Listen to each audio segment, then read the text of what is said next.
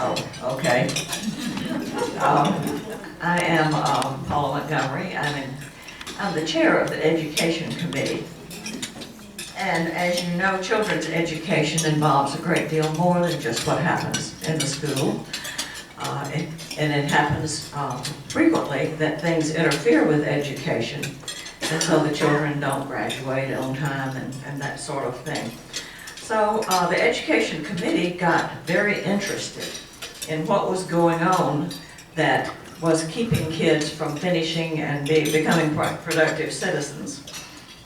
And we started a system, we started a group of programs which we call the Pipeline to Prison, because so many of the kids, if they drop out, they get in trouble with the law, and they end up in prison. Now, not all of them, but a bunch of them. So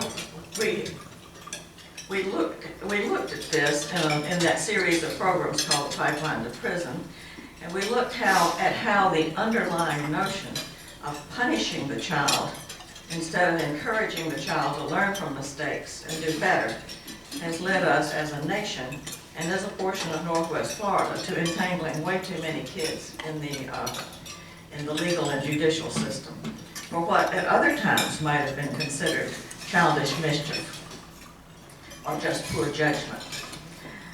This entanglement with the law has serious potential for blighting the child's entire life with the loss of education and access to good jobs and many other things.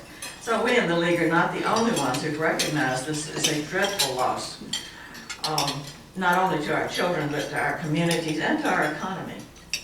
As we looked at the system, the whole pipeline, there have been some very dark places that we looked at, but there have also been some bright spots. And one of these has been the institution of alternatives to arrest for youths who have come into contact with law enforcement for nonviolent misdemeanors. Of course, it would be better if some of these mistakes didn't even happen. However, we're not there yet. So I applaud the Florida Department of Juvenile Justice in focusing on correcting and teaching and using trauma-informed care instead of strictly punishing and labeling as felons the kids who have made mistakes.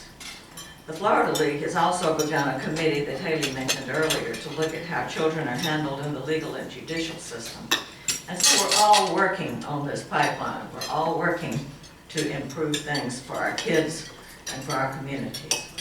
Today, we're very fortunate to have as our speaker a leader in the process of guiding our judicial circuit and the state of Florida in instituting restorative and teaching processes for youth who are in danger of being lost in this pipeline.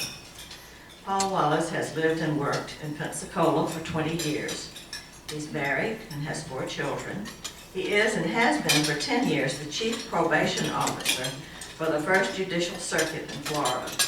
He has a total of 30 years experience in service in the criminal justice system, and this includes 9 years with the Manatee County Sheriff's Office, 3 years with Santa Rosa County Sheriff's Office, 3 years as Assistant Superintendent of Okaloosa Regional Detention Center, 4 years as Superintendent of Escambia Regional Detention Center, 2 years as the Regional Director of South Region of Detention Services, and now 10 years as the Chief Probation Officer for Circuit 1.